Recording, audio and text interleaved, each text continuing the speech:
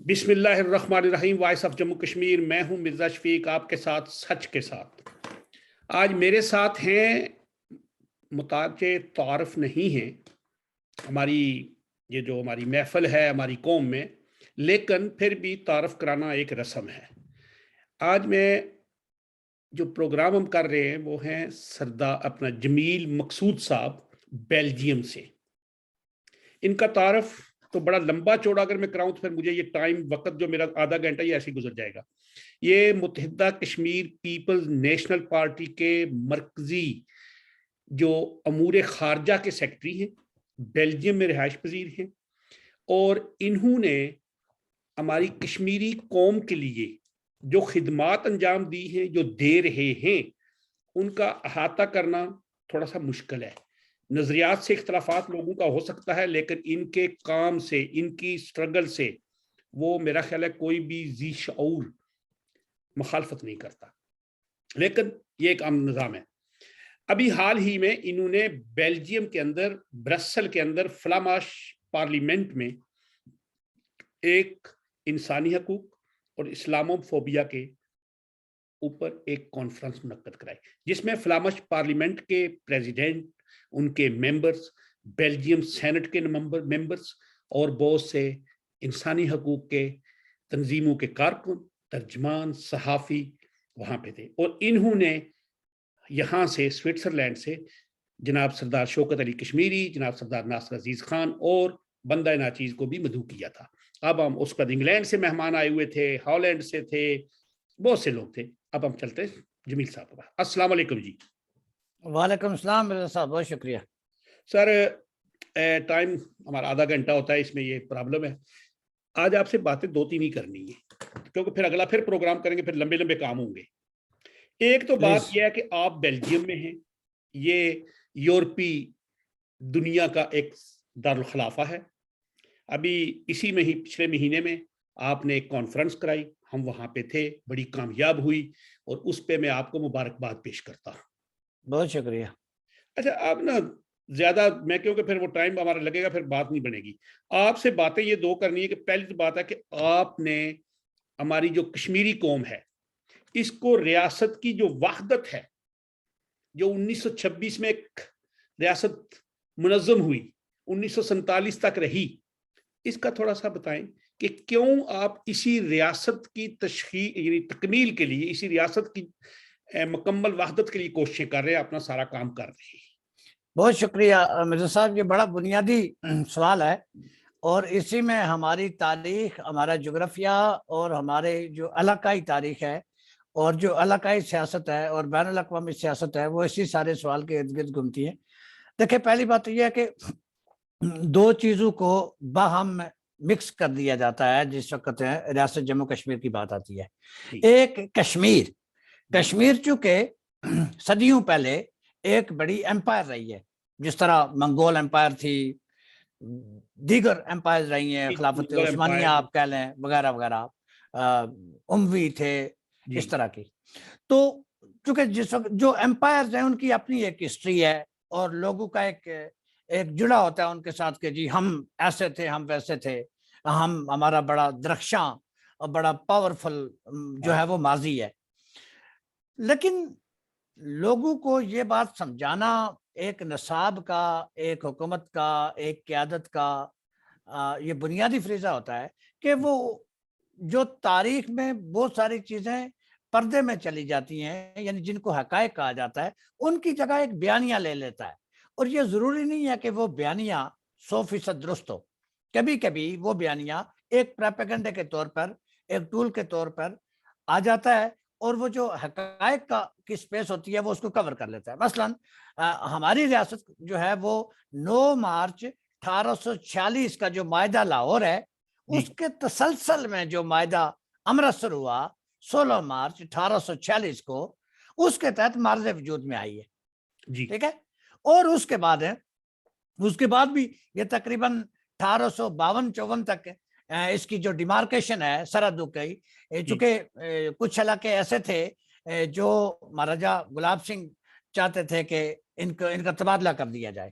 مثلا جس طرح ہری پور ہے، یعنی جو پاکستان کا علاقہ، ہری پور، ایبٹ آباد، یہ علاقے ریاست جموں کشمیر میں جا چکے تھے، لیکن ان کو چھوڑ دیا گیا، اور جو دریا ہیں جو پاکستان کی طرف بہتے ہیں ان کو ایک سرحد کے طور پر وہ تسلیم کر لیا گیا، اور متبادل کے طور پہ دیگر علاقے لے لیے گئے، جن میں کہا جاتا ہے کہ بمبر کا علاقہ تھا، میرپور کا علاقہ تھا، یہ علاقے یعنی یہ چھوڑ دیے گئے، وہ لے لیے گئے، اور اس طرح سے ایک ایسی کنسولیڈیٹڈ باؤنڈری جو ہے وہ وجود میں لائی گئی کہ جس سے ریاست جموں کشمیر کمپلیٹلی الگ ہو گئی برٹش انڈیا تھا اس سے، یعنی اس کے ہر طرف جو تھے وہ دریا بہتے تھے، اور دریا ہی اس کی باؤنڈری متعین کرتے تھے۔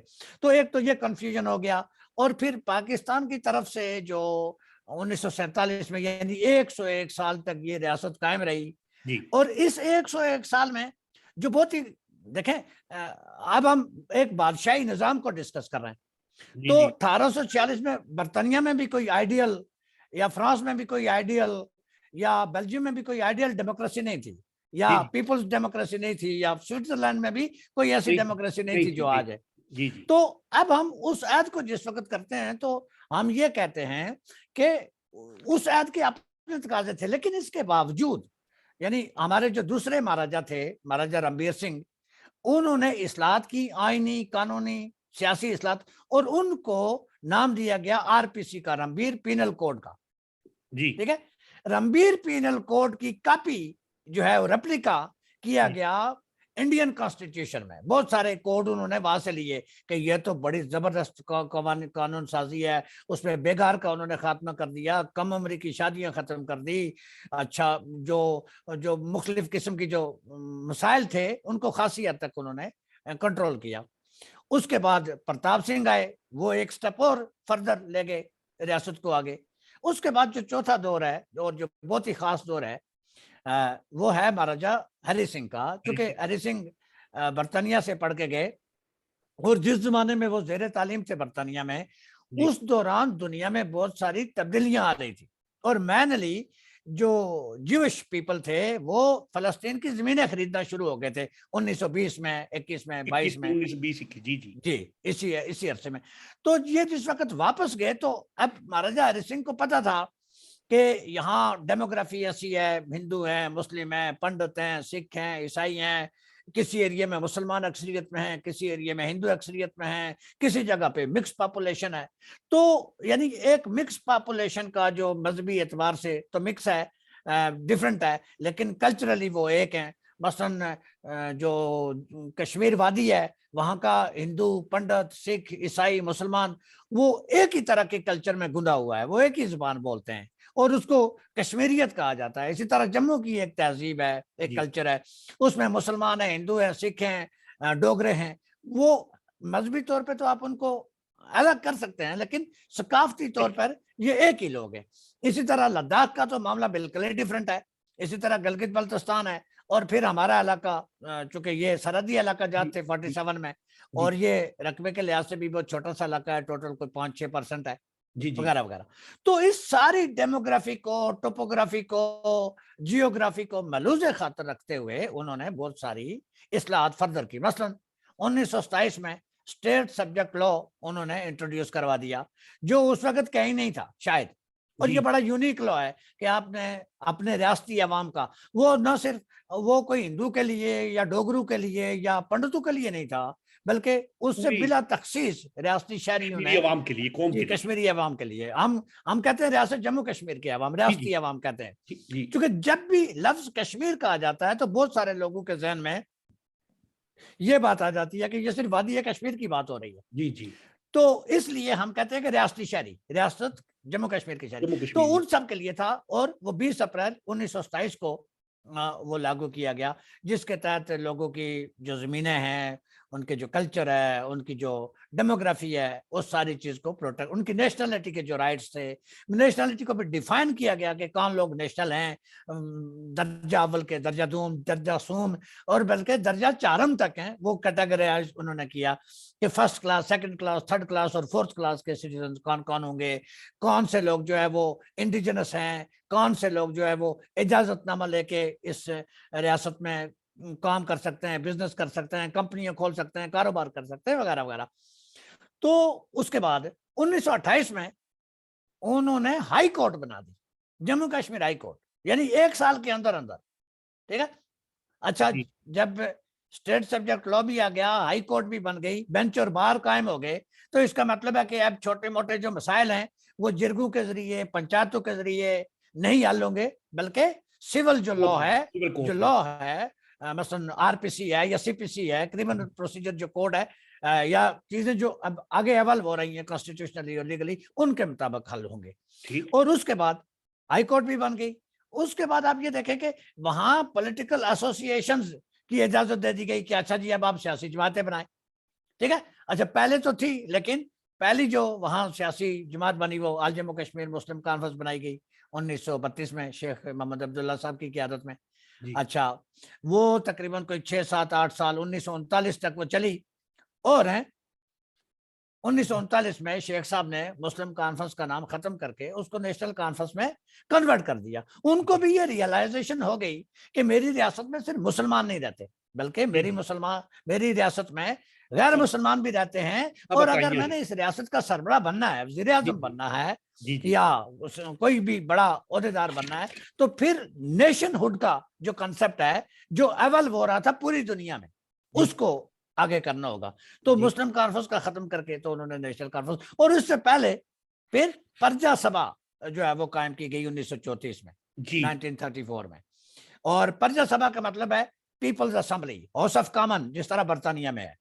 تو جس وقت ہم ان سارے واقعات کو امپارشلی اور بغیر کسی تعصب کے دیکھتے ہیں، تو ہمیں یوں لگتا ہے کہ مہاراجا ہری سنگھ اپنا جو رول ہے وہ ایک کانسٹیٹیوشنل مناق کے طور پہ دیکھنا چاہتے تھے، ایک آئینی سربراہ، یعنی ایک آئینی جس کو کہتے ہیں حکمران کے طور پہ، جس طرح برطانیہ میں آج بھی کوئین ہے، جس طرح برطانیہ میں آج بھی کوئین ہے، بیلجیم میں بادشاہ ہے، اسی طرح ہالینڈ ہے، ناروے ہے، بہت ساری جگہ، اسپین ہے، ٹھیک ہے، وغیرہ وغیرہ.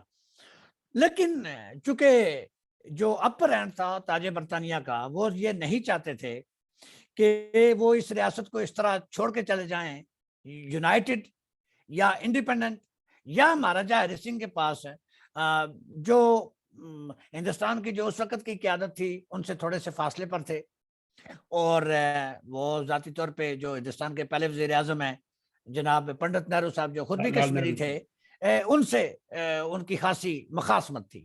بلکہ انہوں نے پنڈت نہرو صاحب کو بغیر اجازت کے جب وہ کوالہ سے داخل ہوئے کشمیر میں تو ان کو گرفتار بھی کروایا تھا، اور ان دو رہنماؤں کے درمیان بڑی رفٹنگ تھی. اب ایک تو رفٹنگ یہ تھی، اور دوسری طرف شیخ صاحب کے درمیان اور جناح صاحب کے درمیان بھی رفٹنگ تھی.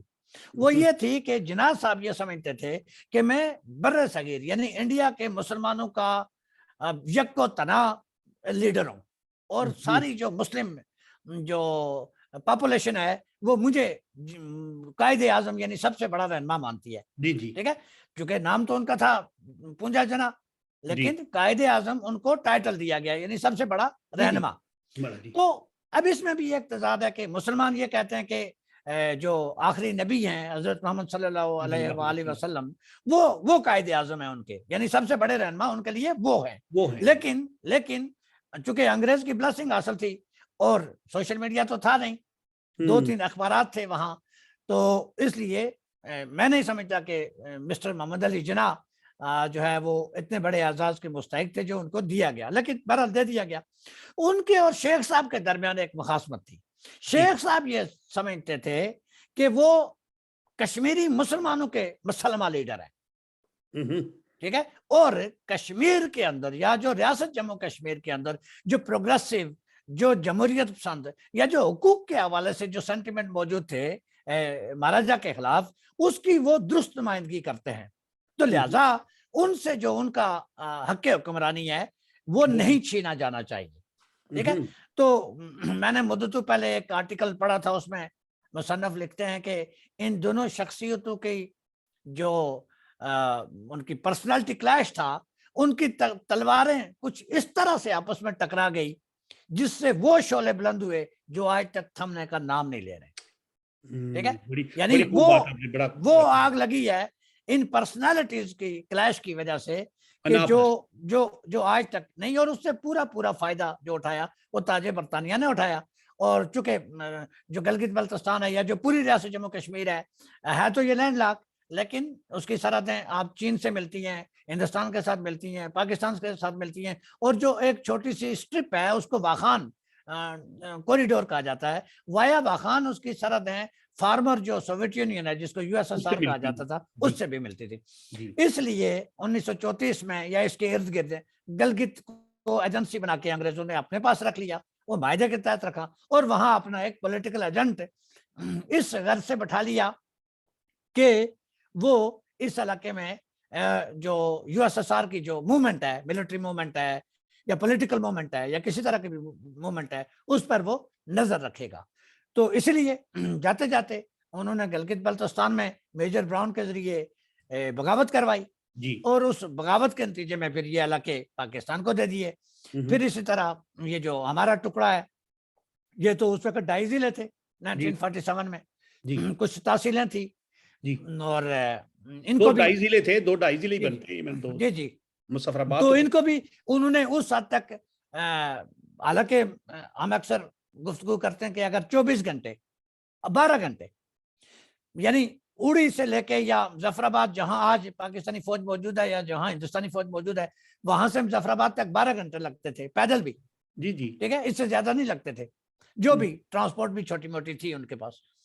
لیکن چونکہ جو میپ ہے ساؤتھ ایشیا کا وہ ہندوستان پاکستان کی تقسیم کا وہ برٹش کے ٹیبل پر تھا, تو جہاں تک انہوں نے پھر مناسب سمجھا کہ یہاں ہندوستانی فوج آ گئی ہے, یہاں پاکستانی فوج آ گئی ہے, اور یہ دونوں علاقے بفر کے طور پہ کریٹ کر دیے انہوں نے. چونکہ پاکستان جو ہے وہ پنجاب کی سائڈ سے بھی ہندوستان کے نرگے میں ہے اور سندھ والی سائڈ سے بھی ہندوستان کے نرگے میں ہے, چونکہ ادھر تو نہ دریا ہے, نہ سمندر ہے, نہ پہاڑ ہے, نہ جنگل ہے, تو لہذا تیسری طرف سے بھی اگر وہ ہندوستان کے سرکل میں آ جاتا تو برطانیہ یہ سمجھتا تھا کہ یہ ملک اگلے 10 سال سروائیو نہیں کر پائے گا. تو لہذا یہ جو 5,000 مربع میل نام نہاد آزاد کشمیر اور 28,000 مربع میل گلگت بلتستان, اس کو بفر کے طور پر کریٹ کر کے پاکستان کی انتظامیہ میں رکھ دیا گیا. اور پھر بعد میں پھر اعظم آباد جو جتنے بھی آپریشن پاکستانی فوج نے کیے ان کے ذریعے پھر ایک ہی چیز پریپیگیٹ کی جاتی رہی مسلسل ہمارے علاقے میں اور پاکستان میں بھی کہ مسئلہ کشمیر ہے, مسئلہ جموں کشمیر نہیں ہے, مسئلہ کشمیر ہے. حالانکہ یو این میں جو مسئلہ جو ایجنڈا پہ تھا وہ تھا the question of Jammu and Kashmir, لیکن 1948 میں سر ظفر اللہ خان جو تھے وزیر خارجہ پاکستان کے, انہوں نے باقاعدہ ایک خط لکھ کے تو ایجنڈا میٹنگ جو ہے وہ چینج کروایا, اور اس کو چینج کروایا انٹو انڈیا پاکستان کوسچن, چونکہ وہ یہ سمجھتے تھے کہ کشمیر کے ساتھ وہ حیدرآباد, دکن, جوناگڑھ ان ریاستوں کے جو مسلمان حکمران تھے ان کو بھی وہ اپنی لپیٹ میں لے لیں گے, اور شاید اگر سولرلی کشمیر کے معاملے کو ڈسکس کریں گے تو ان کو بہت سارا کچھ چھوڑنا پڑے گا. لہٰذا انہوں نے مسئلہ کشمیر کو تقسیم بر صغیر کی جو لارجر اسکیم تھی اس کے ساتھ جوڑ کے تو پھر بعد میں جمپ ان کر لیا سیٹو سینٹو اور بغداد پیکٹ میں جو امریکہ کے ساتھ اتحاد کے معاہدے تھے, اور پھر امریکہ کو یہ کہا کہ آپ جب تک کہ ہم ہندوستان کے ساتھ معاملہ سیٹل نہیں کرتے آپ مسئلہ جموں کشمیر کو فریز کر دیں, اور پھر اس مسئلے کو فریز کر دیا گیا. یہ تھی پہلے آپ نے مدلل بات کی, اور بڑے اچھا بات یہ ہے کہ یہ جو 1948 میں جب ہمارا 1947 جب ہم لوگ پھر ہمیں منقسم کیا گیا, تقسیم کر دیا گیا, جو قبائلی جو بھی یہ لوگ گئے, میں ایک سوال ہے چھوٹا سا کہ اگر یہ لوگ اس وقت جموں کے ان لوگوں کی مدد کے لیے جا رہے تھے جہاں پہ وہ لڑائی وہ غدر بنا, وہ جو ادھر سے لوگ ادھر گئے ادھر سے وہ مارے گئے, تو ان کو تو سیالکوٹ کے راستے جانا چاہیے تھا. یہ مظفرآباد کی طرف سے, لیکن ان کا مسئلہ یہ تھوڑا ہی تھا کہ انہوں نے جموں کشمیر کو آزاد کرانا ہے یا جموں کشمیر کو پاکستان, ان کا مسئلہ تھا ایک قیاس کریٹ کرنا, ایک مسئلہ پیدا کرنا. جب مقصد یہ آپ دیکھیں نا جو جنرل اکبر صاحب کی جو کتاب ہے ریڈرز ان کشمیر, اور سردار شوکت یاد کی جو کتاب ہے گم گشتہ قوم کی تاریخ وہ پڑھیں, یا پھر اعظم آباد جو کتابیں لکھی گئی فوجیوں کی طرف سے یا دیگر اسٹیبلشمنٹ کی طرف سے, تو وہ یہی کہتے ہیں کہ چونکہ فاٹا سے وزیریوں مسعودیوں اور افریدیوں کو اس لیے مینج کیا گیا کہ ان کو انگریز کو جو انگریز گورنر تھا جارج کننگم, اس کو یہ خطرہ تھا کہ کہیں یہ پٹھان افغانستان کی طرف سے چل پڑے کہ ڈیورن لائن کو ختم کرو، ٹھیک ہے. اور اس خدشے کے پیش نظر انہوں نے 2 لاکھ روپیہ اس وقت الوکیٹ کیا، اور یہ اس 2 لاکھ میں بھی لڑ پڑے تھے میجر خورشید انور، جنرل اکبر اور یہ مسلم لیگ کی جدید قیادت ہے، اور یہ جو فوجی تھے یہ اس 2 لاکھ پہ لڑ پڑے تھے کہ اس 2 لاکھ میں سے کس کو کتنا حصہ ملے گا، ٹھیک ہے. تو اس لیے انہوں نے قبائلیوں کے ساتھ یہ معاہدہ کیا کہ جو منقولہ جائیداد ہے یعنی اموویبل پراپرٹی زمین وہ ہے پاکستان کی، اور جو موویبل پراپرٹی ہے وہ ہے لوٹ مار کرنے آپ کی مال غنیمت. تو پچھلے دنوں مال غنیمت پچھلے دنوں فاٹا سے ایک پشتون نے ایک کرسی کی تصویر شیئر کی کہ یہ میرا دادا بارہمولہ سے لوٹ کے لایا تھا، کرسی چیئر اخروٹ کی بنی ہوئی جناب. تو جنہوں نے بارہمولہ سے جاتے ہوئے کرسی نہیں چھوڑی تو ان کی جو کہانیاں ہیں وہ تو بہت ہی دل دہلانے والی ہیں. ظفر آباد میں انہوں نے ماسٹر عبدالعزیز کو قتل کیا، ایک مسلمان تھے، عورتوں کو مردوں کو، بلکہ وہ جو دوسری کتاب ہے بال کے گپتا کی میرپور جب قیامت ٹوٹ پڑی، اور ایک ماں کی جو ہے وہ کہانی، وہ اس کے بال کرشنا ہے یا دوسرے ہیں ان کا نام بھول گیا مجھے. تو یہ 2 کتابیں آئی ہیں 47 کے واقعات پر، میرپور میں جو قتل عام ہوا علی بیگ میں، اور اسی طرح مظفر آباد میں ہوا. اور دیکھیں آپ کے وہ کہتے ہیں مسلمانوں کے لیے گئے تھے، مسلمانوں کے لیے گئے تو ماسٹر عبدالعزیز جو کہتا ہے میں مسلمان ہوں اس کو کیوں مارا؟ اور اسی طرح وہ جو تھے بارہمولہ میں مقبول صاحب، جی ایسا نام تھا، جی ان کو قتل کیا گیا. وہ نیشنل کانفرنس کے رہنما تھے، بہت بڑے رہنما تھے، ٹھیک ہے. اور اس طرح انہوں نے کسی کو بخشا نہیں، انہوں نے انپریسیڈنٹڈ لوگوں کو مارا اور لوٹ مار کی. جناب میں نے جسٹس یوسف سراف کی کتاب پڑھی تھی، اس میں ایسے ایسے دل سوز واقعات ہیں جی کہ اللہ قسم شرم آتی ہے ان الفاظ کا دوبارہ کہ یہ کیا کیا انہوں نے. صحیح بات ہے. خاتون کے بارے میں بتایا، وہ آپ کو پتہ ہے کہ ہمارے جو خواتین ہوتی ہیں کشمیر ہیں، ایک آب و ہوا خوبصورتی ہے جو بھی آپ ایسے سمجھیں، جی بالکل. تو یہ لوگ کچھ 40-50 لوگ اس کے گھر میں چلے گئے، ان کے بندوں کو مار دیا، جی ان کو بولا کھانا بناؤ، کھانا پکایا، اور اس کے بعد پھر اس سے ایسا سوچا اس کا ریپ کیا، ریپ کرنا. اس نے کیا کیا، ریپ کرنے سے پہلے ان کو کہا کہ آپ کھانا کھائیں، میں ذرا تھوڑی تیار ہو کے آتی ہوں. جی. اور اس غیرت مند نے وہ جو گھاس اور جو چیزیں ہوتی ہیں ہمارے جانوروں کے لیے، وہ کمرے کے ساتھ ان کے کمرے کو بند کیا اور آگ لگا دی، اور بعد میں اس نے خود کو بھی مار گئی بیچاری، اسی آگ میں مری ہوگی. جی ظاہر ہے. کئی عورتوں نے کنویں میں چھلانگ لگا دی، کئی کو اغوا کیا گیا، اور پشاور کے بازاروں میں 5 پیسے کے عوض ان کو بیچا گیا. یہ تو بڑی ایک یہ تو 47 کی بات ہے سر. یہ 5 اکتوبر کو جو زلزلہ ہوا، اس زلزلے کے نتیجے میں انہوں نے نوجوان لڑکیوں کو ظفر آباد سے اغوا کر رکھا ہے. ایسے بہت سارے خاندان ہیں، چونکہ ہمارے قبائلی نظام ہے تو لوگ شرم کے مارے انہوں نے کہا جی ہماری بچی مر گئی ہے. بہت ساری مری بھی ہیں انڈاؤٹڈلی، لیکن بہت ساری بچیوں کو فوجی ہیلی کاپٹر پہ اٹھا کے لے گئے، ان کی واپسی کا کچھ کسی کو پتہ نہیں ہے کہ وہ کدھر گئی ہیں. ان بچیوں کا کوئی پتہ نہیں ہے، نہ ان بچوں کا پتہ ہے جن کو معمولی چوٹیں آئی تھی. تو یہ تو معاملات میں رہے ابھی تک پیچھے تک وہ تیرے. آپ کو پتا ہے کہ 2021 میں آپ تو جانتے ہیں کہ وہ جو نیلم میں لوگوں نے گاڑی نہیں دی تو 2 بندوں کو مار دیا. بالکل ایسا ہی ہے. اس میں ہمارے جو پولیس آفیسر ہے، اسسٹنٹ کمشنر، وہ زخمی بھی ہوئے، لیکن کوئی پتہ نہیں لگا کیا ہوا، کچھ بنا کچھ نہیں بنا.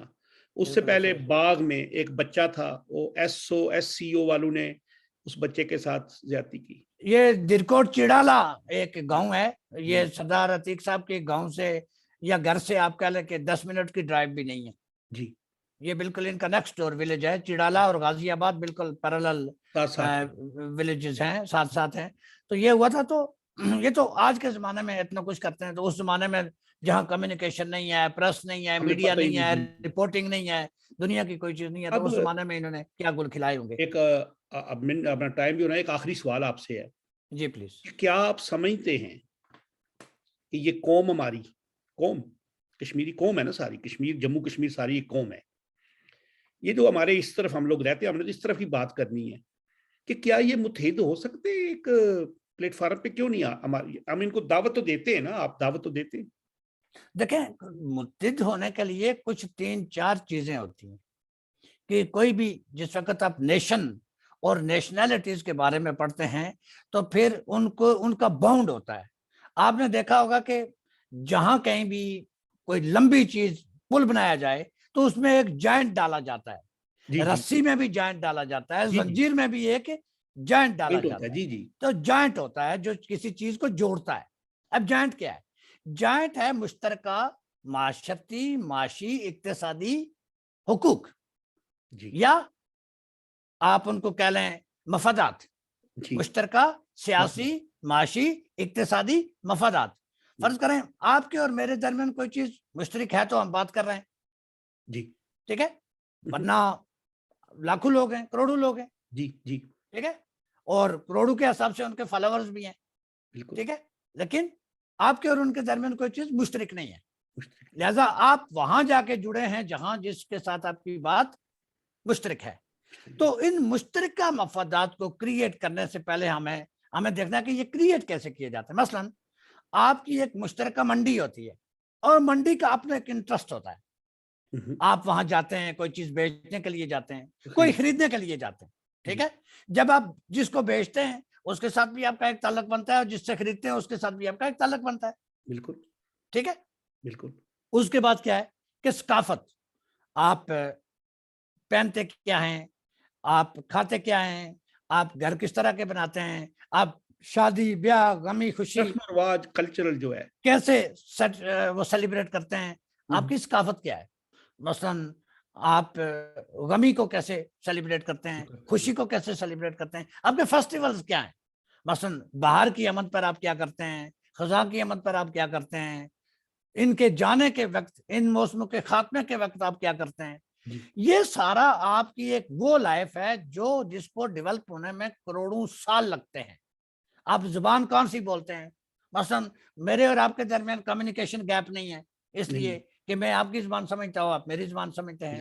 لیکن میرے اور فرینچ کے درمیان گیپ ہے، اسپینش کے درمیان گیپ ہے، اٹالین کے درمیان گیپ ہے، لیٹن کے درمیان گیپ ہے، اس لیے کہ نہ وہ میری زبان سمجھتا ہے نہ میں اس کی زبان سمجھتا ہوں. تو جب تک زبان، ثقافت، تجارت، پیداواری عمل اور پیداواری مفادات مشترک نہیں ہو جاتے کسی مخصوص جغرافیے کے اندر، اس وقت تک آپ جو نیشن ہوڈ کا جو بگیسٹ کنسپٹ ہے آپ اس کو اچیو نہیں کر سکتے. اس لیے ہم یہ کہتے ہیں کہ پہلے نمبر پہ لوگوں کو ایک دوسرے سے ملنے دیا جائے، پیپل ٹو پیپل کانٹیکٹ ہو، تاکہ آمد و رفت آمد و رفت ہو جائے. جموں والے یا جو وہ ان علاقوں کے درمیان جو ڈسکنیکٹڈ ہے، مثلا گلگت کا آدمی جو ہے وہ لداخ جائے، لداخ کا گلگت آئے، میرپور والا جو ہے وہ جموں میں جائے، ظفر آباد والا سری نگر جائے، یہ جو نزدیک ترین جتنے میں. اور پھر یہ جب یہاں سے جائیں تو کچھ لے کے جائیں کہ اچھا جی میری زمین میں یہ پیدا ہوتا ہے، میں یہ لایا ہوں. جب وہ وہاں سے واپس آئیں تو جو لے کر گئے اس کو بیچ کے وہاں سے وہ خرید کر لے آئیں کہ یہ چیز میرے پاس پیدا نہیں ہوتی. ٹھیک ہے، یہ اسپیشل پروڈکشن ہے، جموں کی ہے، بدرواہ کی ہے، کشتواڑ کی ہے، یا سری نگر کی ہے، یا لداخ کی ہے. تو یہ چیزیں جس وقت ہوتی ہیں تو پھر خطوں کے اندر، لوگوں کے اندر ایک معاشی کمپٹیشن شروع ہوتا ہے کہ اچھا میں گیا تھا وہاں، میں نے تو وہاں زمینیں آباد دیکھی، میری زمین تو جو ہے وہ بنجر پڑی ہوئی ہے، تو لہذا مجھے بھی زمین کو آباد. تو جس وقت آپ پیداواری عمل میں شریک ہو جاتے ہیں اور پھر پیداواری عمل کو جو ہے وہ مسابقتی عمل میں لے جاتے ہیں، کمپٹیشن میں لے جاتے ہیں، ایکسچینجز میں لے جاتے ہیں، تو پھر جا کے آپ یہ سمجھ لیں کہ آپ کے معاشرتی، معاشی، تہذیبی، اقتصادی جو مفادات ہیں وہ جوائنٹ بننا شروع ہو جاتے ہیں. اور جب وہ جوائنٹ بننا شروع ہو جاتے ہیں، جب وہ مشترک ہو جاتے ہیں، تب آپ یہ کہتے ہیں کہ ہاں اب ہم لوگ ایک ہیں، ہمارے مفادات مشترک ہیں، لہذا ہمیں ایک ہونے کے لیے کچھ نہ کچھ کرنا پڑے گا، تب جا کے اس آپ نتیجے پر پہنچتے ہیں. لیکن ایک بدقسمتی ہے ہمارے اس طرف کہ ہم نے تجارت کو بھی اسلام کے نام سے وابستہ کر دیا ہے. تجارت کو بھی اسلام کے نام پہ جناب، یہ دیکھیں نا کہ ایک تجارت جو ہے یہ تو اس کا کوئی مذہب سے تعلق نہیں ہے. نہیں، اس کا کوئی تعلق ہمارے نہیں. آج اخباروں میں خبریں آ رہی ہیں ہندوستان کے ساتھ تجارت بند کر دو. بھائی بند کر کے نقصان کس کو ہوگا؟ صحیح بات ادھر ہے، کتنی بڑی مارکیٹ ہے آپ کے پاس، بالکل ایسا پیاز ہے، اور ٹماٹر آپ کو سستا آئے گا ادھر سے. بالکل ایسا ہی ہے. لیکن ہم نے تجارت کو بھی اسلام سے نام وابستہ کر دیا، حالانکہ اسلام تجارت کی بہت بڑی وکالت کرتا ہے. تجارت کرتا ہے. مکہ جو ہے وہ ہسٹوریکل ٹریڈ سینٹر تھا تھا مکہ، جی ٹھیک ہے، اور اسی لیے یہاں خانہ کعبہ بھی قائم کیا گیا. خانہ کعبہ کے اندر جو 307 بت تھے ان کی تو پوجا کرنے کے لیے لوگ آیا کرتے لوگ تھے دور پوری دور سے دنیا سے، آتے تھے. اور جو آتے تھے وہ ساتھ لے میں کے وہاں سے چیزیں لاتے تھے اور یہاں سے بدلے میں لے کے جاتے تھے. یہ پوری مارکیٹ تھی، ٹھیک ہے. تاریخ کا اور اس کو آپ یہ کہہ لیں کہ 1500 سال سے تو ہم جانتے ہیں، یا 600 سال سے ایشیا والے یہ جو بر صغیر کے مسلمان ہیں، یہ 600 سال سے مسلمان ہیں، یہ جانتے ہیں. اگر آپ تھوڑا سا اور پیچھے چلے جائیں تو 3000 یا اتنے کے قریب قریب اس کی سیولائزیشن ہے، 3000 سال کے. جس طرح ٹکسلا تھی، ہڑپا تھی، منجدڑو تھی، یا اور جو تہذیبیں تھی. تو اسلام تو تجارت کی بہت بڑی، چونکہ تجارت ملکوں کو قریب لاتی ہے، دور نہیں کرتی. انسانوں کو قریب لاتی ہے جی. سب سے بڑی بات انسان. میں آپ کو ایک بگیسٹ ایگزامپل دینے جا رہا ہوں. گلوان جو وادی گلوان ہے، جہاں انڈیا کا اور چائنا کا ایک ایگریمنٹ ہے کہ آپ یہاں ویپن استعمال نہیں کریں گے، یعنی ٹینک، توپ، جہاز اور مارٹر یا گولہ استعمال نہیں ہوگا، ٹھیک ہے. تو انہوں نے کیا کیا کہ جو سوکھی لکڑی ہوتی ہے اس کے اوپر میخیں گاڑ کے وہ تارے مار کے تو ایک دوسرے کے فوجیوں کو مارا انہوں نے. وہ ادھر سے بھی مرے، ادھر سے بھی مرے. لیکن انڈیا اور چائنا اور انڈیا کی جو دو طرفہ تجارت ہے اس میں کوئی کمی نہیں آئی، اس میں کمی نہیں آئی. یعنی جب فوجیں ہیں ایک دوسرے کے گلو گیر ہیں، ایک دوسرے کے گلے پڑی ہوئی ہیں، محاذ جنگ پر تجارت چل رہی ہے اور اس تجارت میں اضافہ ہو رہا ہے. تو میں اکثر پاکستانی دوستوں کو یہ کہتا رہتا ہوں کہ آپ زیادہ دور نہ جائیں، آپ دبئی بھی نہ جائیں، آپ سعودیہ بھی نہ جائیں، وہ آپ سے بڑا دور ہے. آپ انڈیا اور چائنا سے ہی کچھ سیکھ لیں. اگر آپ کی اور انڈیا کے ساتھ دشمنی ہے تو چائنا اور انڈیا کی بھی تو مخاصمت ہے، سرحدوں پر بھی ہے، سرحدی معاملے پر بھی ہے، پانی کے اوپر بھی ہے، جو لائن آف ایکچوئل کنٹرول ہے LOAC اس کے اوپر بھی موجود ہے. تو اگر ان کی تجارت میں کمی بیشی نہیں آ سکتی ایون جنگی ماحول میں بھی، تو آپ کی تجارت بند کیوں ہے؟ تو لیکن چونکہ پاکستان نیشنل سیکیورٹی کی سٹیٹ ہے، وہ ویلفیئر سٹیٹ نہیں ہے، وہ عوام کو دال، روٹی، پانی، صاف دوائی، صاف ہسپتال کی سہولت دینے کے جو نظریہ ہے اس کے اوپر قائم نہیں ہے. وہ خطے میں ایک جس کو کہتے ہیں ملٹری جو پوائنٹ آف ویو ہے اس کے حوالے سے وہ اپنا نقطہ نظر رکھنا چاہتی ہے، وہ میزائل دکھانا چاہتی ہے، وہ ایٹم بم دکھانا چاہتی ہے. عوام کے تن پہ کپڑا ہو نہ ہو، ان کو علاج کی سہولت ملے نہ ملے، ان کے بچوں کو تعلیم ملے نہ ملے، ان کو روزگار ملے نہ ملے، پاکستان ایز اے اسٹیٹ. اسی لیے تو آج جو کچھ ہو رہا ہے اس کو کہتے ہیں کہ یہ آئندہ 2-3 سالوں میں فیل ہونے والی دوسری تیسری ریاست ہوگی. اور پاکستان ایک ناکام ریاست ہو چکی ہے. وہ کوئی کچھ کہتا رہے، کوئی دعائیں کرے، جتنا چونکہ قرض $50 ارب سے تو اوپر چڑھی گیا ہے. تو جہاں بنگلہ دیش جیسا ملک وہ اتنے ہیوی پروجیکٹ لانچ کر رہا ہے ڈھاکہ میں، تو اگر آپ اس کا بھی مقابلہ نہیں کر سکے تو پھر تو آپ کو فیل ہونے سے، ڈسممبر ہونے سے، بالکنائز ہونے سے تو میں نہیں سمجھتا کہ اللہ تعالیٰ کی ذات بھی بچا سکتی ہے. دیکھیں اب میں ابھی کل پڑھ رہا تھا کہ طالبان جو ان کے ملا یعقوب صاحب ہیں، جو بڑے ان کے امیر المومنین ہیں، ملا عمر کے بیٹے ہیں وہ، جی ان نے کہا ہے کہ ہم ہندوستان میں اپنے فوج نہیں، میں وہ وزیر دفاع ہے، بالکل صحیح بات ہے. وہ بیٹے ہیں ملا عمر کے. وہ فوج ہے اس کو ہندوستان میں بھیجیں گے ٹریننگ لینے کے لیے، جی اور ہم تجارت بھی کریں گے اور ان کا سفارت خانہ کھولنے کی دعوت دیتے ہیں. بالکل ایسا ہی ہے، یہ ہے خارجہ پالیسی.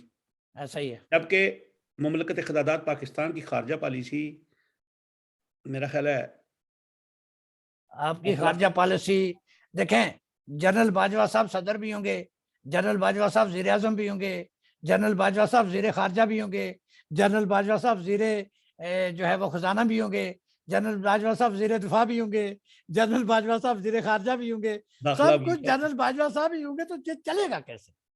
اگر ان کی جگہ کوئی بندہ اور آئے گا تو وہ بھی تو یہی کچھ ہوگا. یس.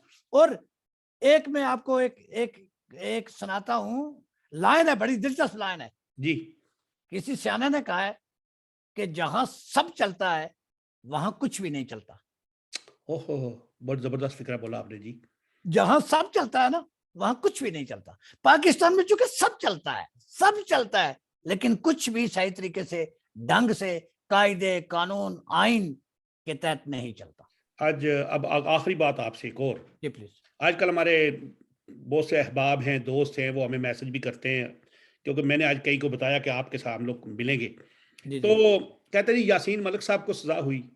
جی تو اس کے بارے میں آزاد کشمیر کی جو مطلب آزاد کشمیر میں کہہ رہا ہوں لوگوں کو سمجھ میں آسانی رہتی ہے. پی او کے میں کہوں گا تو شاید نہیں ٹھیک ہے، کوئی مسئلہ اس کی حکومت کو کیا کرنا چاہیے. میں خیال یہ تو کچھ ذاتی طور پہ حکاری کچھ نہیں سکتے.